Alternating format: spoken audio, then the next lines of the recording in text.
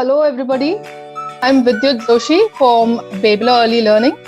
And as you know, our topic today is happiness for life. It's developing your baby's emotional and social intelligence in the age group of 0 to 3 years. And to discuss this with us, we have an expert in this field, Dr. Vishakha Vora. Welcome to this session. Dr. Vora, she has a PhD in psychology. She is a counseling psychologist with over 25 years of experience and in a broad spectrum of ages, right from KG to PG. And of course, corporates as well. So she has facilitated a lot of socio-emotional development in children in multiple educational settings. Welcome, Dr. Vora. It's great to have you with us. And all our parents are looking forward to hearing from you, just as I am eager. So before we actually begin, I would like to do this little, logistic part. So it's a disclaimer which I would like to read. This session is not intended to give any medical advice. Our objective is to make parents aware about the importance of emotional and social development in the early years. We are only going to mention broad and general accepted principles. Please consult a qualified professional about all specific questions and circumstances. So this is a disclaimer which I need to read every time this session starts. So I think let's begin now. So we as a society, are fascinated with grades, and we normally tend to kind of equate them to an individual's ability to succeed in life. But that's not entirely true. In fact, there are two issues with it. So one is that an individual's success in life is actually determined more by emotional and social intelligence. So, focusing on this area of development is really important. And the other issue, which I believe is also, there are a lot of external factors as well, which kind of cater to the success. And luck also plays a very important role. And so often we've seen, haven't we, that there are a lot of deserving people who do not achieve as much success, very intelligent, but still they do not achieve success. So, it's during these times and these circumstances that this emotional and social intelligence, I believe, plays a very important role. And one of the things I would say, managing failure, which is very critical in these times, that also becomes very important here. So if you think about it, should one be in the pursuit of happiness, or should one find happiness in everything that you pursue? That's the question. And to address this, Dr. Vora, maybe you can introduce something, tell us more about the social and emotional intelligence. Okay. So firstly, Vidyut, thank you so much. Thank you, Babler, for hosting me. And a warm welcome to all the parents who have taken out the time to join us today for this session. Absolutely. So it's great to be interacting with all of you today here. So let's begin with quickly understanding what exactly is emotional intelligence. So I'm sure all of you have heard about this term. Can we have a quick poll wherein in the chat box you can just put a thumbs up or say yes. How many of you have heard about or know about what is emotional intelligence? So some of you have heard about the term, some of you are not aware. So let us begin with the definition of emotional intelligence. What exactly does it mean?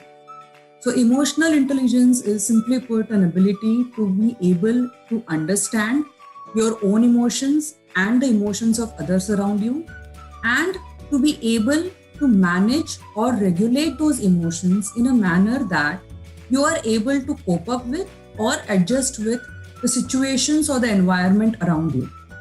So that is a very broad term, very broad definition of emotional intelligence.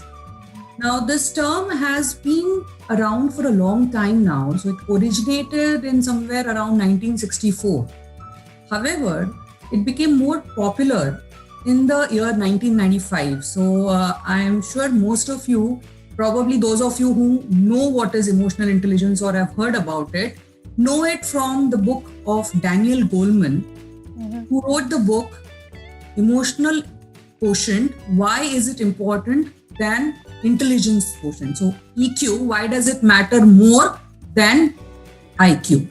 Okay, so Daniel Goleman, a journalist, he wrote this book and in 1995, and after that, this terminology, emotional intelligence, came into a popular culture, came into a popular language where people were talking about it and wanting to know more about it. So that is a broad definition part of it. Now, all of you are here today to really know and understand, because your curiosity is from the perspective of how and what does it apply? How does it apply to my child who is in the age group of 0 to 3 years? Right. What is emotional intelligence in relation to these young children? Okay. So, as far as children are concerned, and especially in the age group of 0 to 3 years, emotional intelligence would be, I would break it down into 4 parts: an ability to understand, firstly, to identify what emotion you are experiencing.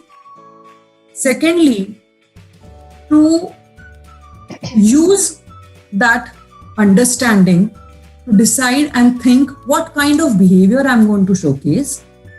Thirdly, to understand what is my own emotion and what is the emotion felt by people with whom I'm interacting. And lastly, managing those emotions so as to have a wonderful interaction, so as to be able to cope up with the environment. So when we talk about very young children, this is what we are looking at.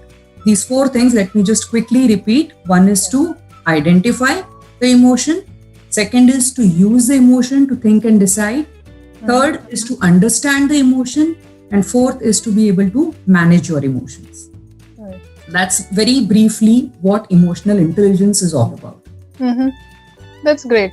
So here, a set of parents, what we have here, many of them are Babler users, and they're pretty aware actually, the development that happens in these, in the early age group of 0 to 3. So they do know that there is a dramatic increase in the growth of the brain. And just to say something in that is like a child is rapidly developing these abilities in this time. They're collecting experiences. So while they are doing this, there is at the same time they are acquiring these skills of mobility, thinking, language. All this is happening together at the same time. This is something that one must appreciate. All this thing is happening together, and so is emotional and social development. So as they these young children develop, they are collecting these experiences literally, and I guess they become kind of embedded in their brain. Would you say so? Well, Vidyut, the thing is, when a child is born, a newborn baby will not have any idea about what an emotion is. Okay, a newborn baby is still attached to its mother and still thinks that I'm a part of the mother. Okay, but after he or she is born, the first time when the baby feels that first pang of hunger, which is the first level of discomfort that the child is experiencing, that is the time when the child now has to, it has identified that there is some discomfort. Now it has to understand or learn, how do I communicate it? Correct.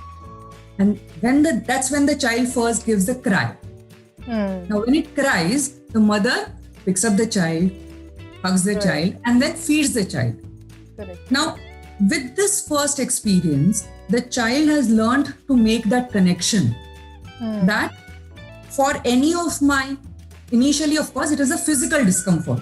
So whether it is my hunger, whether I'm feeling sleepy, whether I want to poop, I have to express it. It's only when I express it, it's only when I communicate it, then my discomfort is being taken care of. Right? So from that point onwards, and gradually each and every day, the child keeps on learning and growing, and those connections keep on happening within its brain. Right. And every experience makes a difference. Correct. It's adding. Exactly. So the way and manner in which every experience is, is got by the child. So how a mother is holding the child, who is holding the child, or how, how am I being soothed? How am I being taken care of? So that all will keep on adding to the experience of the child and will make that child understand that these are my emotions, because discomfort is also an emotion at that point of time. Absolutely. Feeling of hunger with the discomfort, it's also an emotion at that point of time. So how are my discomforts, how are my emotions going to be handled, going to be taken care of, and then how do I have to then learn to convey them and to communicate with my caretakers so that they are able to fulfill my needs. Absolutely. That's the big thing, yes. Yeah, it's such a big responsibility for the parent. Everything is being, kind of monitored by a little one. So it's something that, we should also look back and think. Right. So there was one little thing that I would like to share with our parents. Okay, so I just, this is something that I would just, the parents, I just want to, sort of tell them about this in the sense like the last, so this slide basically shows 4 domains of our, development domains in our children. So if you see the motor, there's the motor, then there's emotional, social, and cognitive. So, and if you look at them, they are all overlapping. So these domains kind of influence each other. And what I would like to draw to attention is like, in the last Vision Pack series, we had addressed this motor domain, let's call it. It was the physical literacy part of it. Here in today's Vision Pack series, what we are doing is the social and emotional domain that we'll be addressing. Cognitive, we will be eventually, but that happens together as such. So just wanted to, leave you all with this picture so that you're able to connect the, how we are taking forward this series. So I would like to just link this and help parents understand how emotional and social are connected. Absolutely. Yeah. So in the initial first year of a child's life, the primary interaction that the child has is with the parents, with the grandparents, with the immediate family per se, or maybe somebody, if there is a full-time maid or someone who's taking care of the baby during the day. So primarily the first interaction is inside the house and with the immediate family. Right. And that is where with those interactions, the child is learning how to communicate, how to get across his or her needs, how to get across his or what they are experiencing, what they are feeling. And through the interactions, they are slowly forming those emotional, what we later on call as emotional traits or emotional characteristics that are probably going to define them during their later life. Right. Okay. Right. Now, depending upon how wholesome or how beautiful these first interactions are within the immediate family, the child with the experiences that they are getting, they are also gradually then going to connect the same experiences when they go out in the outside world, in the sense when you take them out and help them interact with some other child of some other of the same age group, or maybe of a different age group. Then later on, slowly when they go to play school or they go to preschool, so their social interaction begins at that point of time. And how social and emotional are closely connected is, if you look at yourself, I mean parents, if you just look at yourself, how you feel will largely and very closely, influence how you are interacting with people around you. Correct, absolutely. Right? So if you are feeling, very happy, you're feeling very, comfortable with how you are at the moment, you would be in a mood to go and interact with somebody else, whether online in today's times or physically also. Yeah. However, if you are not feeling good, if you're having that kind of that emotional something is disturbing you, then obviously you will not feel like. So your emotions are influencing your social interactions and vice versa. Over a period of time, as your interactions increase, vice versa, your social interactions are also affecting your emotions. Right.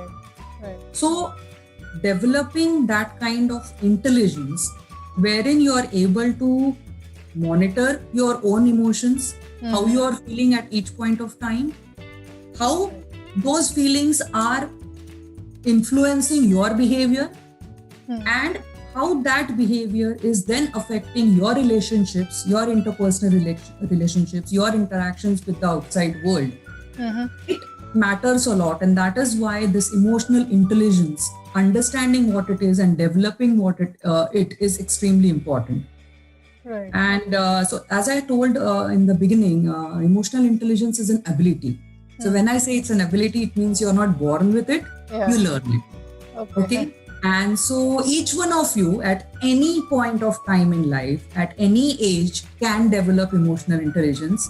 But the earlier, the better. So, the younger your children are, the more earlier that you are able to help them develop this intelligence, it will help them grow into individuals who are very, very, they are able to interact very beautifully in their environment. They can monitor their own emotions very well, and they are on a, I would say, on a big scale, what we normally say, a very happy individuals. Yeah. They would be those confident, happy, successful children and adults later on, right? Yeah. That is why developing this intelligence right in the early childhood is extremely important. Correct. So I guess earlier on they are just interacting with smaller circles. First it's their family, then their friends and all that. But that's what I mean. It's basically shaping up all this. And when they enter into the professional world, like how we interact professionally, we should retrospect and think, and oh, did I do this in my childhood? Probably, maybe. Yeah. So that's something. Vidyut, if you look at all the things that they teach you in the play school, you should share. Yeah. You should, you should be polite. You should, request and not demand. You should have particular rules and regulations that you should follow. So all these are basically, things that we learn in the childhood. Right, they are taught to us in the early childhood. Absolutely. Right? Absolutely. Right, and we develop them. Correct. And the better you hone them, the earlier you hone them, Correct. better you will be, able to apply them in your adult life. Yeah. So with this, I think for you and me, all this happened, inadvertently. It just went on. Now there is a, kind of a word to all these things, probably, whatever they are developing. So that's correct. So this emotional intelligence and social intelligence, I think these words that are coined now. Earlier, I guess it was all IQ. Everything was put into IQ, but we've learned that that's not true. So that's great. So, if I need to, get you into a bit more of detailing, let's say like that.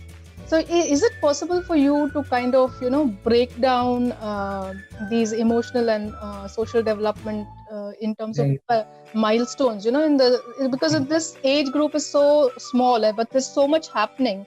So, if you can break it down like, infants, toddlers, preschool children, something like that, that would help our parents identify better. Sure, why not? So, in the age group of 0 to 1, as I said, the primary interaction is with the family only.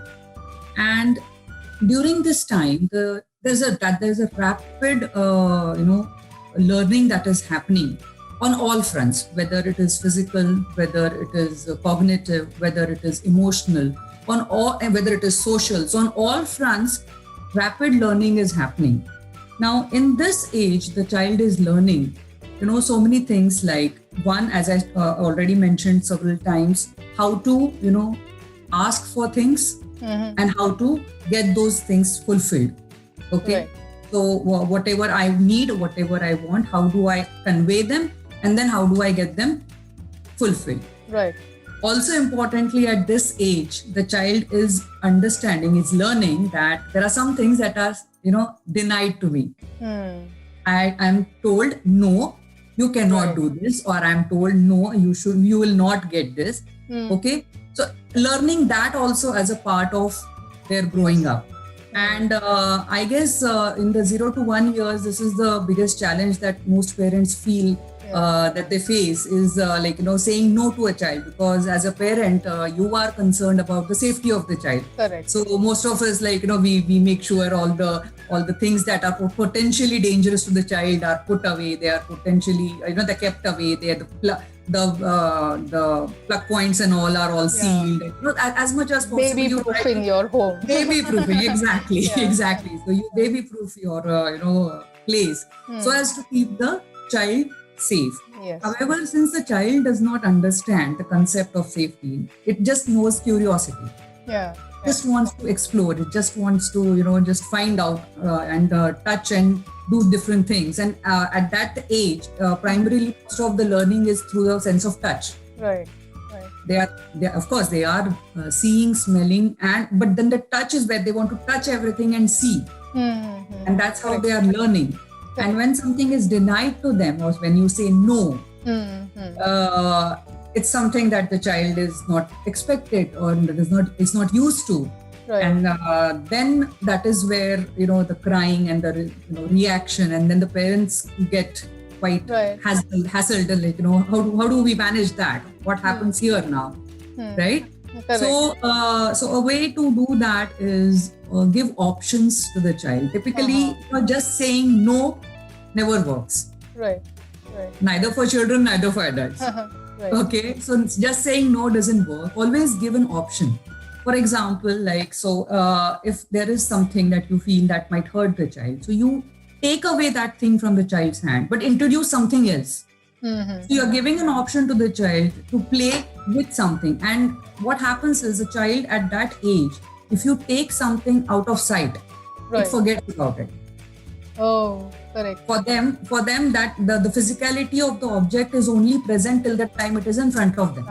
Yeah. The minute it is out of sight, correct, they forget about it. At that age, because they are too young to understand. They are too young to understand that you are concerned about their safety. So there's no point in saying आपको लग जाएगी. Correct. लगना क्या होता है, they don't know. Correct. चोट आना क्या होता है, वो they don't know. Yeah. दर्द क्या होता है, they don't know. So it's better that they explain, instead of explaining to them, and it's because they don't have that capability yet, they don't have the ability yet to understand the concept of all these things. It's better to give them an option. Yeah. And giving an option works very well at that age group of 0 to 1 years.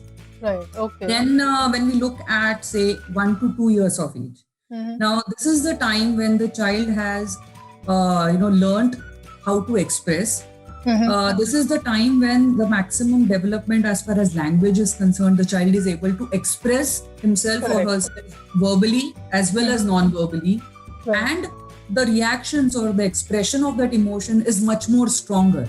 It is it's very strong in the way they are able to they will cry more louder, they will think. So depending on the physical milestones, I guess it's all impacting that accordingly. It is obviously. Yeah. Their strength is also increasing, so obviously then they are able to express it also much better, right? In a much stronger way. Correct. So at that point of time, along with giving options, a little bit of explanation as to why and why not works. Correct. Okay. So here, when the vocabulary of the child is increasing, right, you are able to tell the child that, and it's always better to use actual words rather than using baby talk. Baby talk. So I think we have हो जाएगा is not चोट लग जाएगी. So you will get hurt rather than that doesn't, because it is not helping the child develop a vocabulary per se. Correct. Absolutely. So when that vocabulary is developed, both ways, it helps the parent explain to the child, and it helps the child also to understand. And also, this is the time when their experience is also a beautiful teacher. Right. Okay, so here I would like to just share a personal experience of my son.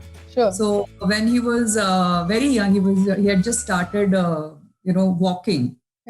Crawling and walking, I mean, at that age. So we used to stay at the ground floor at that point of time, and there were two entrances to the house. So there was one entrance from the main drawing room, and there was another entrance from the kitchen where one could step out. Now, obviously, like all parents, since we were concerned about his safety, we latched the drawing room doors to ensure that he did not go out.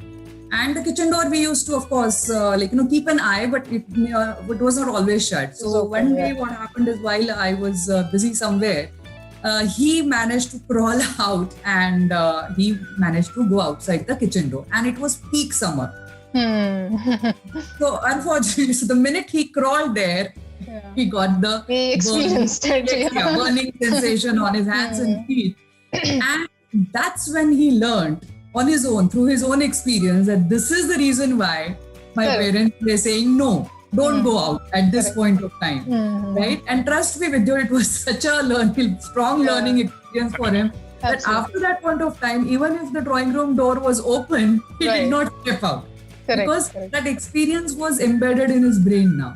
Absolutely. So from 1 to 2 years, it is a little bit of, as I said, giving options, a little bit of giving, a little bit of explanation, and of course your experience. Correct. From 2 to 3, it is more strongly experiential, like because now the child has enough experiences to look back on and to learn from. Correct.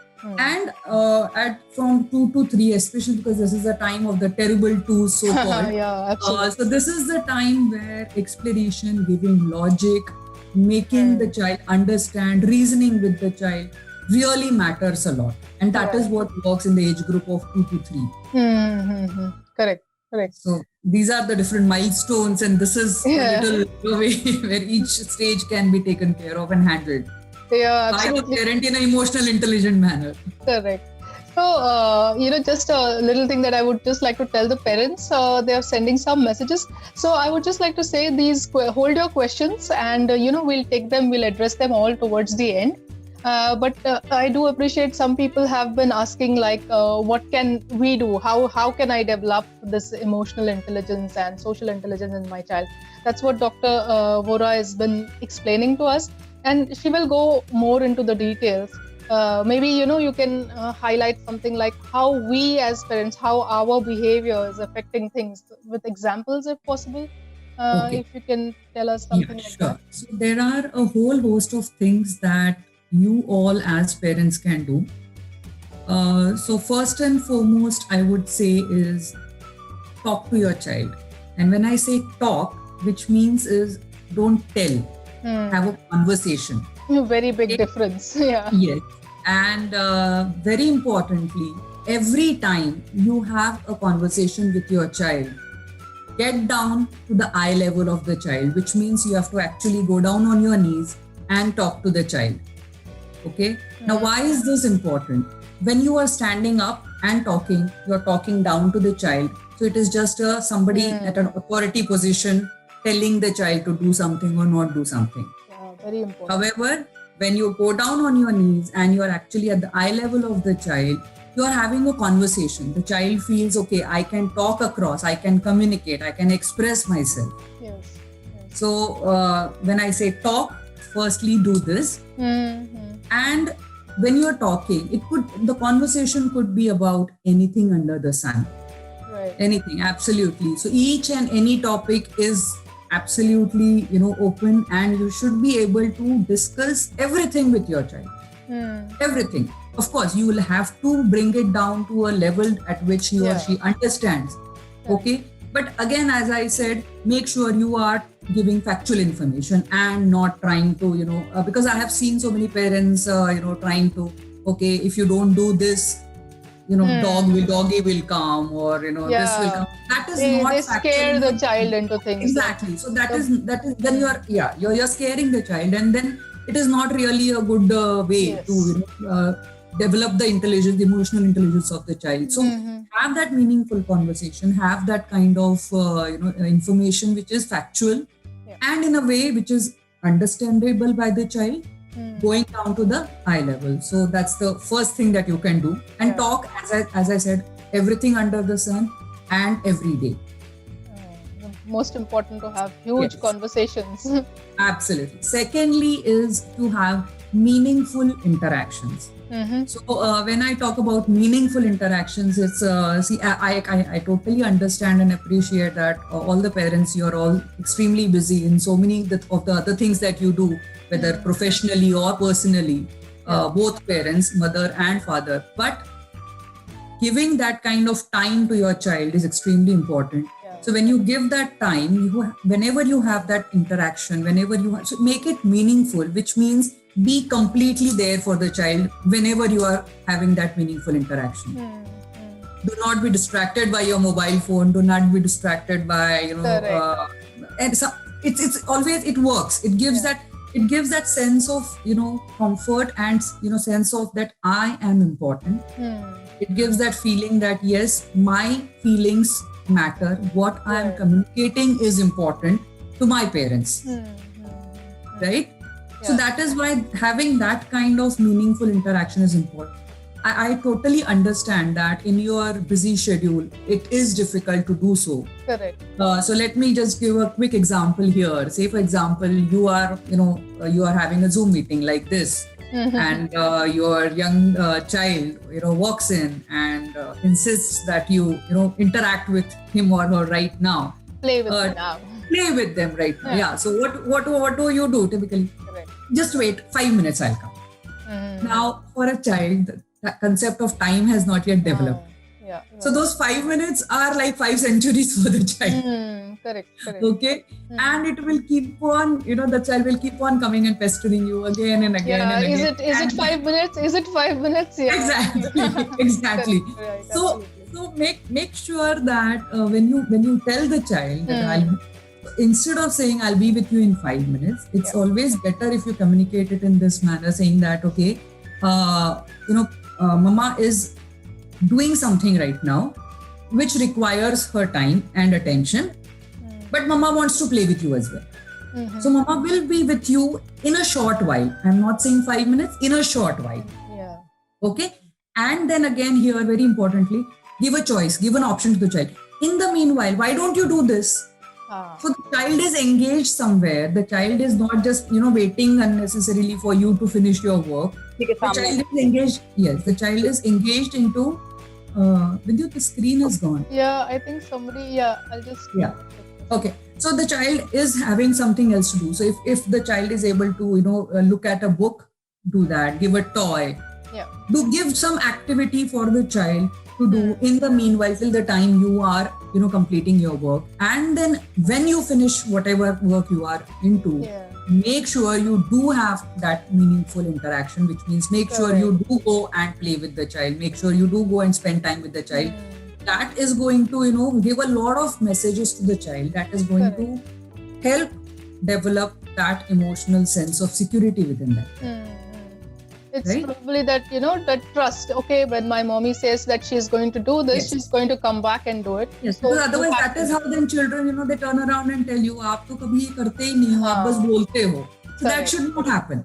That should not happen. So it's breaking a promise is something.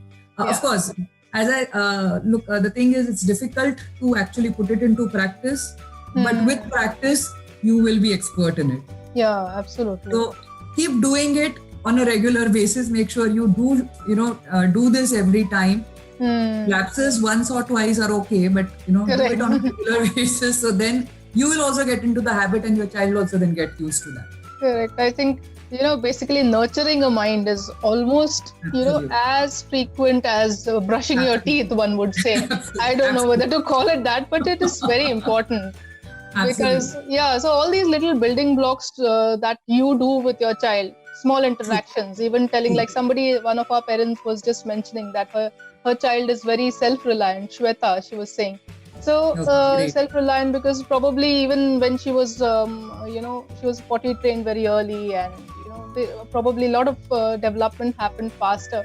So what could be the reason for this? In some children, this kind of development kind of happens faster. You see even physical, maybe emotionally it is developing, but even physically you tend to see it's happening faster than with some other children.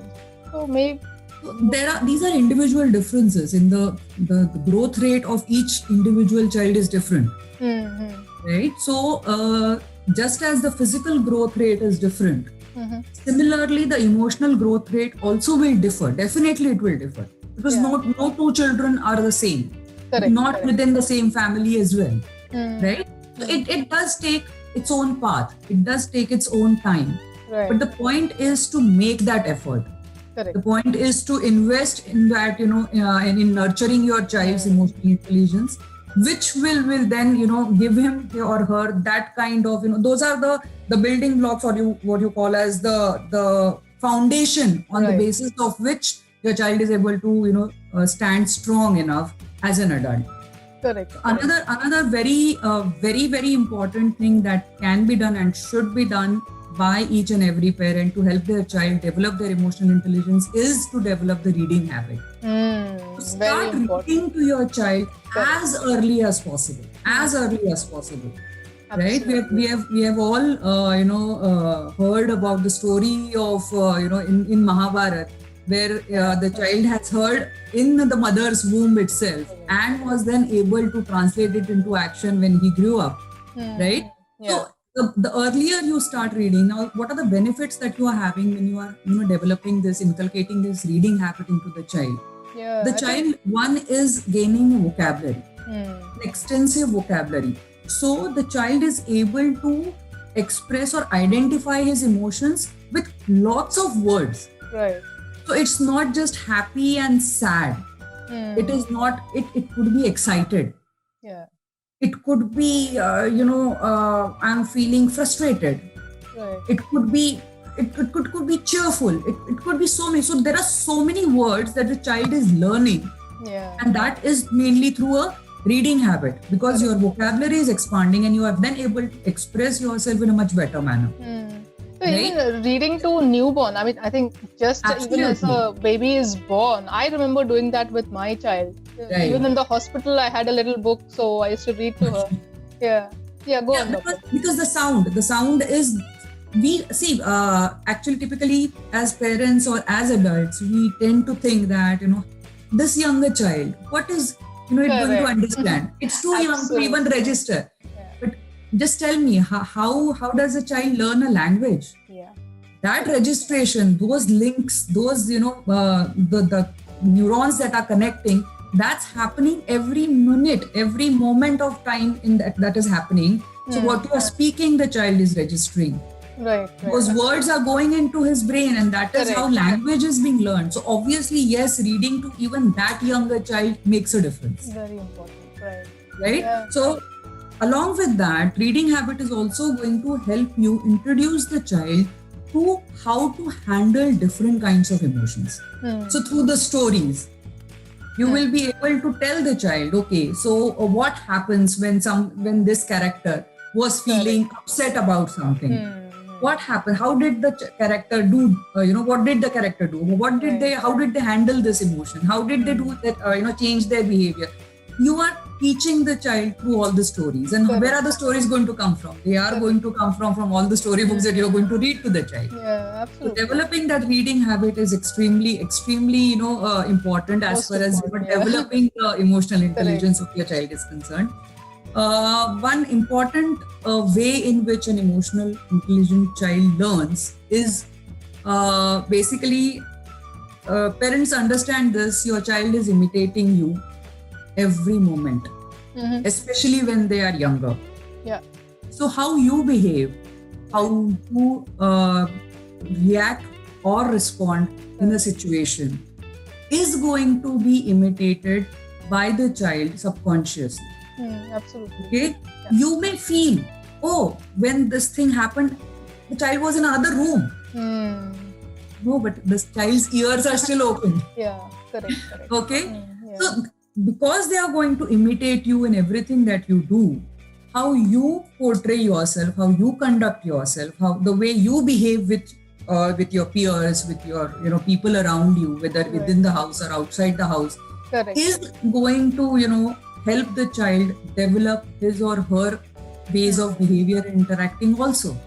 Right. Correct. And linked to this is then very importantly, then it's important to share your emotions too. Correct. Okay. Yeah. So it's when you are expressing to the child will learn that yes, it is a normal thing to express my emotions. And this is extremely important from the point of view of both positive and negative emotions. Okay, that's very important. So you mean it's okay to tell your child, I'm feeling a bit angry. Is it okay to tell that to your child? Absolutely. So it is very important also, because it is, you have to normalize, one, you have to normalize sharing of emotions, and two, you have to normalize the emotion. Every emotion is important, and every emotion is this, equally, it needs to be expressed. So whether it is a positive emotion or a negative emotion, it is important to share it. Correct. Right? And that is why in today's society, we are so concerned about, how we are developing our boys especially. It's because from a young age, if you have learned to share and express your emotions, which typically doesn't happen in our culture, unfortunately. Yeah. That is where it will make a difference. Correct. Right? And expressing and sharing your emotions. Say, for example, because as I said, the child is imitating you and the child is keenly observing you. So, for example, you are sitting in your office meeting, and after the meeting, you get up, and from your expression, the child is understanding that something's wrong. Yeah. Right. Correct. So it's okay if you just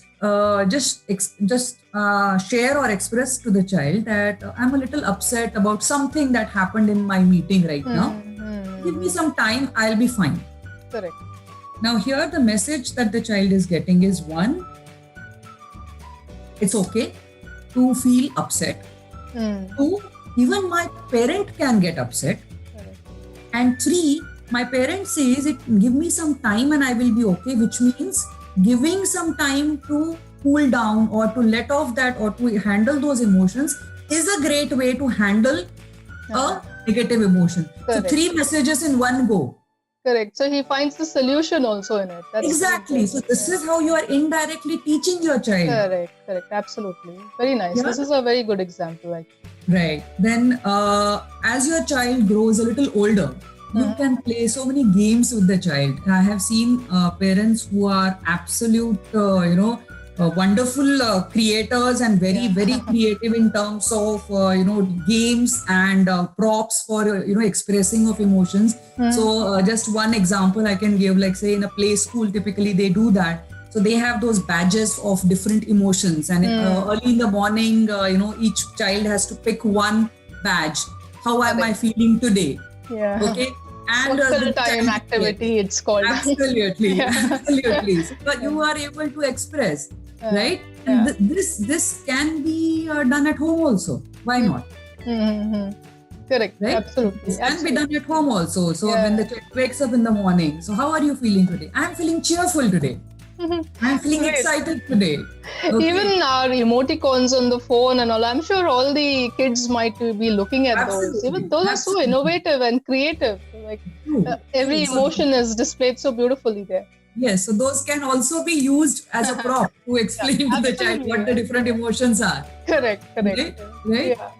Okay. Yeah, so actually that's, you did say, so anger management normally is a buzzword kind of in corporates or things like that. But I think it's very essential even for little kids, because temper tantrums, as you rightly said, they just burst into those, and then a parent is caught totally off guard. Ki, oh my God, now what? So can we read these signs of temper tantrums, you think? We as parents, I mean. So firstly, temper tantrum is something that is completely dreaded by each and every parent. Absolutely, okay? And especially if this temper tantrum happens in a public place, then it's the worst nightmare for any parent. Right. And to observe a parent, like if it's not your child, it's a sense of, thank God it's not my child, a sense of relief for the parent whose child it is not. Correct, absolutely. So yes, a temper tantrum is very distressing. It is very stressful for both the parent and the child. But there are several ways in which you can deal with them. So I'll just quickly tell you what are the ways in which you can deal with it. Sure. Firstly, understand that a temper tantrum does not begin like this. It does not go from 0 to 100 in a second. The emotions build up slowly. Okay, which means it begins with some minor irritation, which when escalates to annoyance, then it escalates to feeling all the more frustrated. Correct. And then it escalates to feeling angry about it, and that is when you don't know what to do with your anger. That's when the child will burst into a temper tantrum. So it is a hierarchy. It is going to slowly and gradually build up. So as a proactive parent, the first thing that you can do is nip it in the bud. The minute you feel the child is getting irritable about something, understand it and deal with it at that time itself. Correct. So do not let it escalate to that level of the temper tantrum. Absolutely.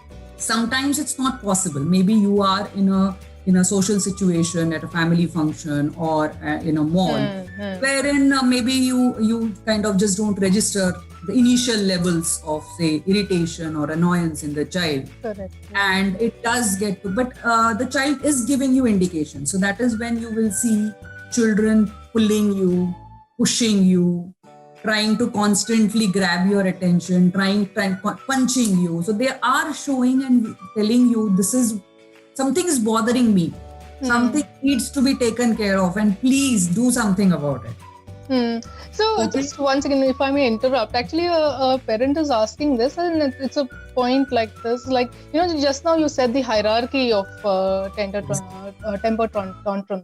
Can you just repeat that again for the benefit of some who haven't really heard it? Okay. Properly? So as I was saying that the first thing is like there is some irritation, there is some discomfort that is happening. So the irritation begins. Then it goes to a little bit of annoyance. Why is it not being dealt with? Why is it not why is it not being resolved by my parent? Why am I not being given attention by my parent? Correct. So there's that annoyance. Then it gradually builds up to a level of frustration. Frustration is why I am giving you so many signs that I need something. I need that attention right now. But you're still not doing about it. So that level of frustration comes in. And then ultimately the child, since is not yet equipped to deal with it or does not know what to do, it will erupt or burst into an angry outburst, which is a temper tantrum. Correct. So it is a gradual build up. Yes. Many a times, see, it need not always be for want of something. Like typically parents feel that mall mein jana is very dangerous because the minute we go there, my child will demand for a toy, and that is where the temper tantrum happens. But that is not always the case. Many a times it is just some physical discomfort that the child is having. So it could be, for example, look, as an adult, your strides are longer. So you are able to cover some distance in, say, 10 strides. For the child, walking that much of distance is physically tiring. Right, absolutely. And that is what is irritating the child. He's just being dragged along. Like, the child will keep raising his or her hands, godi uthao. Okay. Correct. It could be another reason to be physical discomfort could be that it is the time the child is feeling hungry.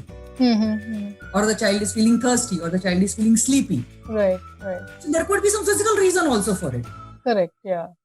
So as a parent, one needs to actually identify the true cause of it, or at least eliminate all the other causes so as to pinpoint what is the true cause. Correct. So eliminate the other causes in the sense, first check, has your child been fed? Right. Has your child slept properly? Has your child taken enough rest for the day so as to be able to go to some place which is in the public domain? Right? So once you eliminate that, then you are able to actually narrow it down and zoom down to what exactly is the cause for the frustration. Correct. Absolutely. Right? Absolutely. And for this, parents, all you need to do is to be very, very be aware, be as I said, that meaningful interaction. So where you are actually present for your child. Correct. Yeah. Right. It is easy to get caught up in the social situation when you are surrounded by your friends and family, and it's easy to get distracted by say mall but then remember, you are the primary person for the child.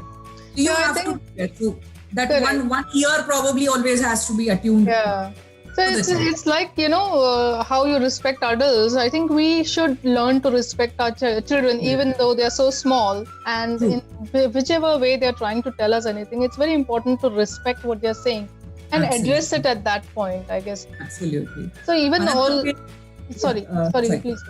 So, like, say, for example, if the temper tantrum is for a toy. Maybe if the situation is such that yes, it is for the toy. Now it always works to first, in that scenario, what do you do? If there is a full-blown temper tantrum happening, then what do you do? Okay. First and foremost, pick up the child. Pick up the child. But that sense of touch, that sense of comfort is firstly going to help the child understand that, okay, now I have got the attention. Correct. Number one. Number two, talk to the child in a very calm manner and say, you seem to be very upset and I'm not able to understand what you are saying. If you calm down, and then I'll listen to you. Okay, calm down, I'll listen to you, and give the child some time to actually calm down. The child will refuse. Correct. The child will refuse. will keep on hitting you, pummeling you, but you will see gradually the child is calming down. And give that time to the child. Correct. Right? Now, once the child has calmed down, okay, so you are upset about something. Let's talk about it. Why don't you tell me? How are you feeling right now? What happened? What is it that was bothering you? The older your child, the more the vocabulary, the more the child will be able to explain also. Correct. And that is when then you are able to address the issue. So even a full-blown temper tantrum need not be, that situation will diffuse in 5 minutes. So need not be that level of, emotionally stressful to the parent as well. If you are able to handle it in a mature manner. Correct. Absolutely. Yeah. Great. I think that was a rather detailed and interesting discussion that we had. Thank you very much for that. I'm sure our parents will have a lot of questions.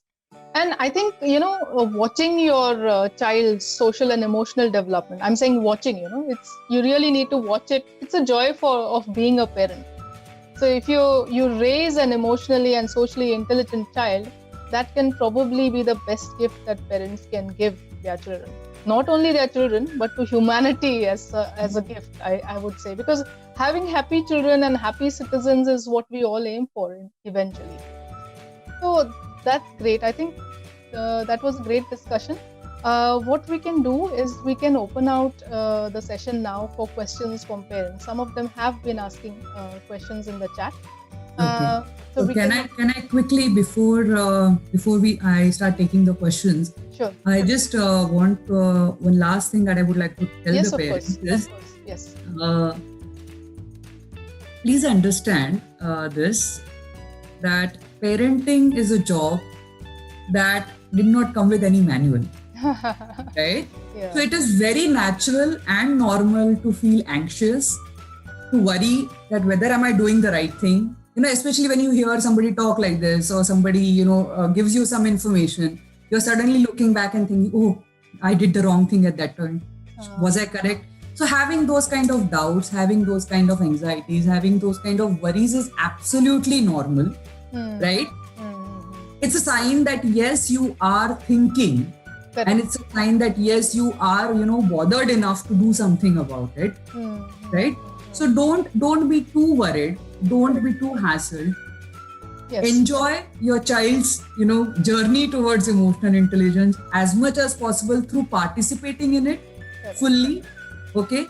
And yes, it's, as I said, worry is okay, but then doing something about it is going to make more difference. Right. Correct. So do something about it, and like all those things that we discussed today, you can do that. You can do some more. The more you do, the more action you take, the more enjoyable that journey also is going to be, and the more happiness you're going to be seeing when you see your emotionally intelligent, successful child who is resilient, who is able to cope up with life's challenges. This is the gift that you're going to give yourself, and this is an investment you're doing for your future. Correct. Just relax, enjoy the journey, and keep enjoying doing what you do, and leave the worry to one side. Correct. Yeah. Okay, so that's a great piece of advice. So if you have questions, you can either unmute yourself and ask the question directly, or type it in the chat box. But while you're doing that, I would just like to reread the disclaimer, if I may. This session is not intended to give any medical advice. Our objective is to make parents aware about the importance of emotional and social development in the early years. We are only going to mention broad and general accepted principles. Please consult a qualified professional about all specific questions and circumstances. So, having said that, let me see if I can find any questions. Yeah, my baby is 13 months old, and she likes to throw the things which every baby does, right? So whenever I say just pick that, sometimes he listens, sometimes he does not. But what I observe is whenever I do the activity, for example, she's throwing crayons, right? Then I will pick a drawing book and I will ask her to let's draw and let's pick up and let's draw. Then she do. Then I observe that, then she picks a thing. But what about the other things which we can't do these type of activities? How can I encourage her not to drop the things? Okay. Yeah. So Guneet, I understand you said your child is How old? 1 month. 13 months old. Yeah, 1 year. 1 year old. Okay. 13 months. months. Okay, I'm sorry. I heard 1 month. Okay. Okay. So she is 1 year old and likes to throw things. Yeah. So Vineet, have you? So I would just say, if you have used throwing and picking up as a game earlier, the child has understood and learned that as a game. Okay. Yeah, I tried that also. Like I say, let's pick these things. Let's pick now. We will pick this thing and we'll put in a basket. We will and these type of things I do. But but now I think she is getting bored with this pick up word, or maybe she doesn't listen. He doesn't try to listen this. But I am observing now. Okay. And how do you think? What are the other ways in which you have tried? What are the things that you have tried about?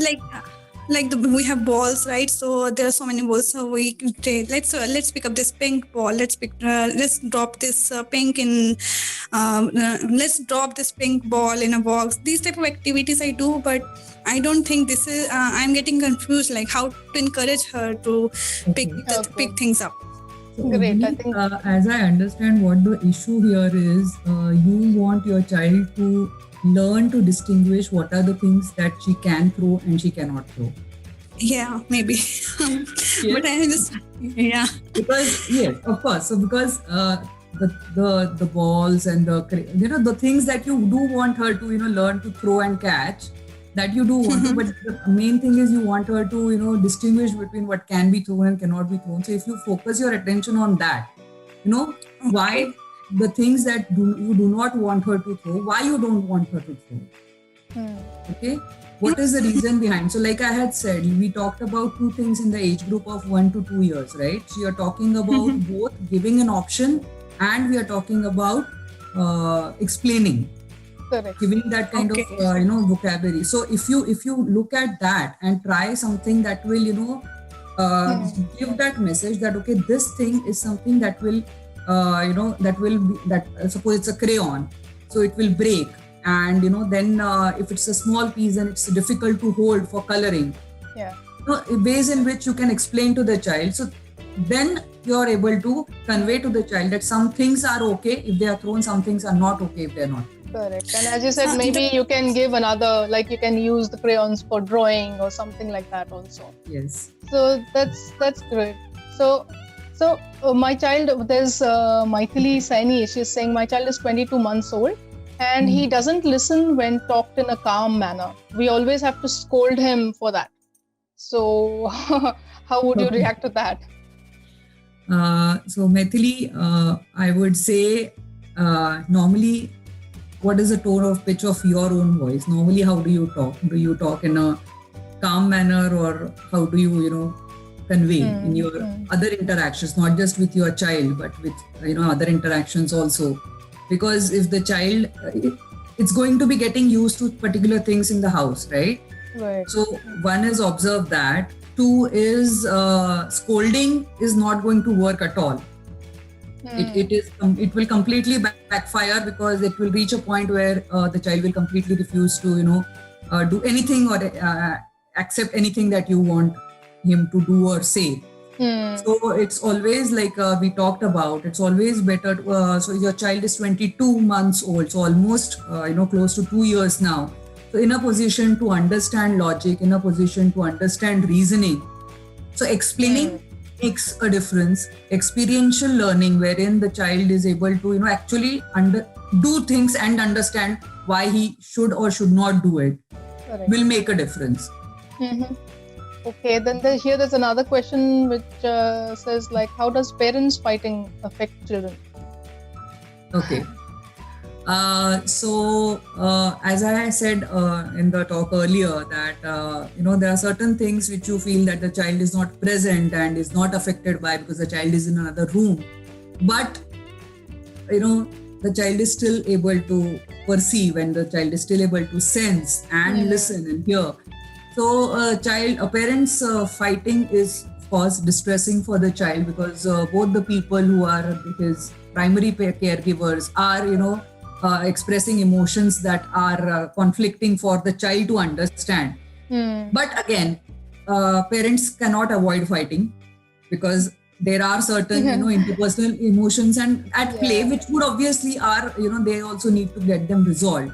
Right, so right. what works in this scenario would be like maybe after some time, or you just sit down with the child and explain to the child that okay, so I and mama were having a disagreement, and there was something that she said and I did not like, and something I said that she did not like.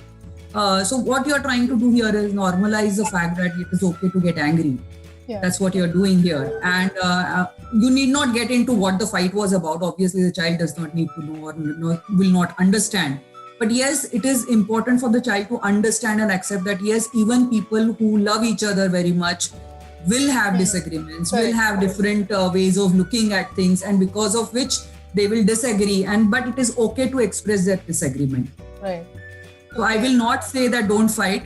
Impossible to do in any relationship, because it's a close interpersonal relationship, so impossible to avoid. However, yes, involve your child in this manner where you are able to express and make the child understand. Right. So what are the important things which should be there in a toddler's routine? Would it be from the emotional point, I suppose? So in a toddler's routine, I would say to develop emotional intelligence, what we spoke about is every day make sure your interaction is meaningful. Every day make sure you're using a rich vocabulary yourself to express the emotions. Introduce the reading habit in the child. Explain to the child how to express. Explain to as a toddler's routine, you can when especially in their interaction slowly when they're going out to meet their friends, explain to the child in case of any fights or what is happening, understand your emotions, identify them, manage them. That is how you're teaching. So in a routine way, everyday manner, you are teaching the child what to do. So I can read the question here is, my son is 15 months old, he will not listen to the stories when I read to him. How to make him listen? Right. Okay. So Raju, please understand the child will not run according to your schedule. You have to run according to the child's schedule. So, typically I can understand that, it's only when you have the time, maybe at night, but before going to sleep, or, that's when you get the time to actually read to the child. But that point of time, the child may not be, he's too tired to be able to even be in a position to listen to you. So probably, during the day, try to find some time when the child is well fed, well rested, and where you feel is in a frame of mind to actually sit and listen to you. Number one. Number two, pick up books which have visual content, because the child is very young. So lots of just words or something is not going to attract the child. So have something that the child can look at. Right. There are lots of books which have sounds attached to it. So have something that will make a sound when you open it. This will arouse the interest of the child, and that is how then you can actually, develop that reading curiosity in the child to help him listen to what you are telling him.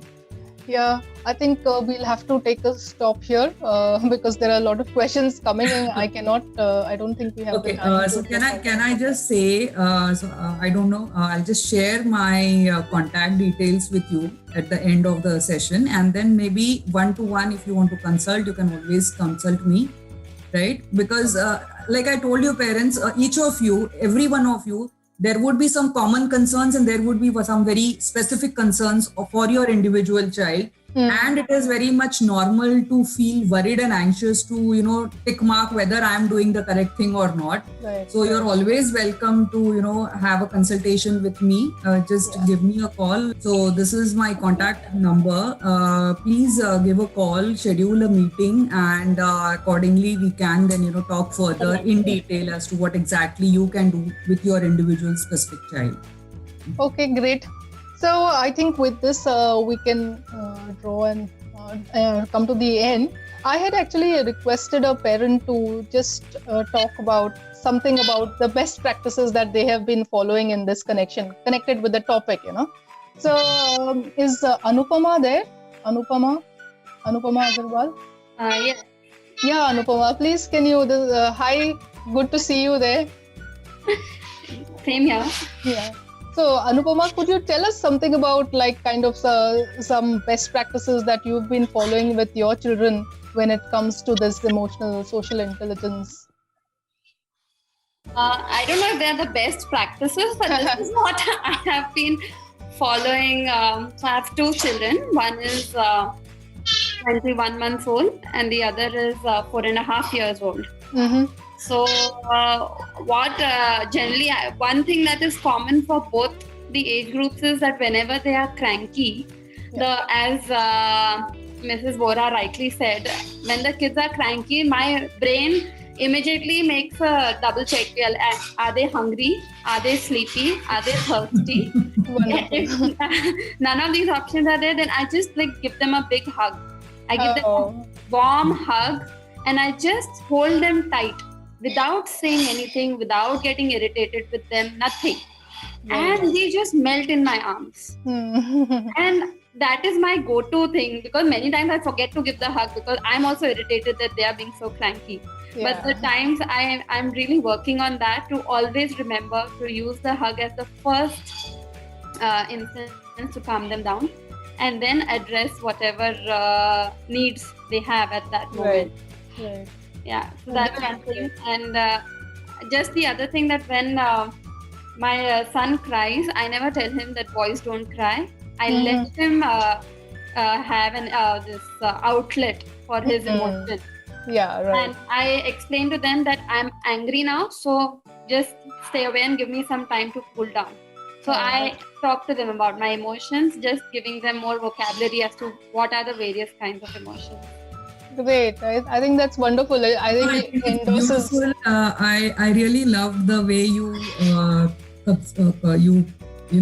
transform a negative experience into a positive emotion by a hug. That's a beautiful way to actually convey that warmth and convey the child that the behavior is not okay, but you are always okay. Yeah. Great. Thank you very much, Anupama, for sharing this with us. And even in our future sessions, we'll be inviting some parents to, give us a little insight into things. I think that will be a fun thing to do. So I think with this, we draw it as a close now. This is the end of our session. We have exceeded the time as well. So then thank you, parents, for joining us. And it was a wonderful session. Dr. Vora, it is great to hear from you. I think you, encouraged all of so many questions from parents. So that's very nice. Thank you so much for having me. Thank you. Thank you. Okay. Bye-bye, everybody.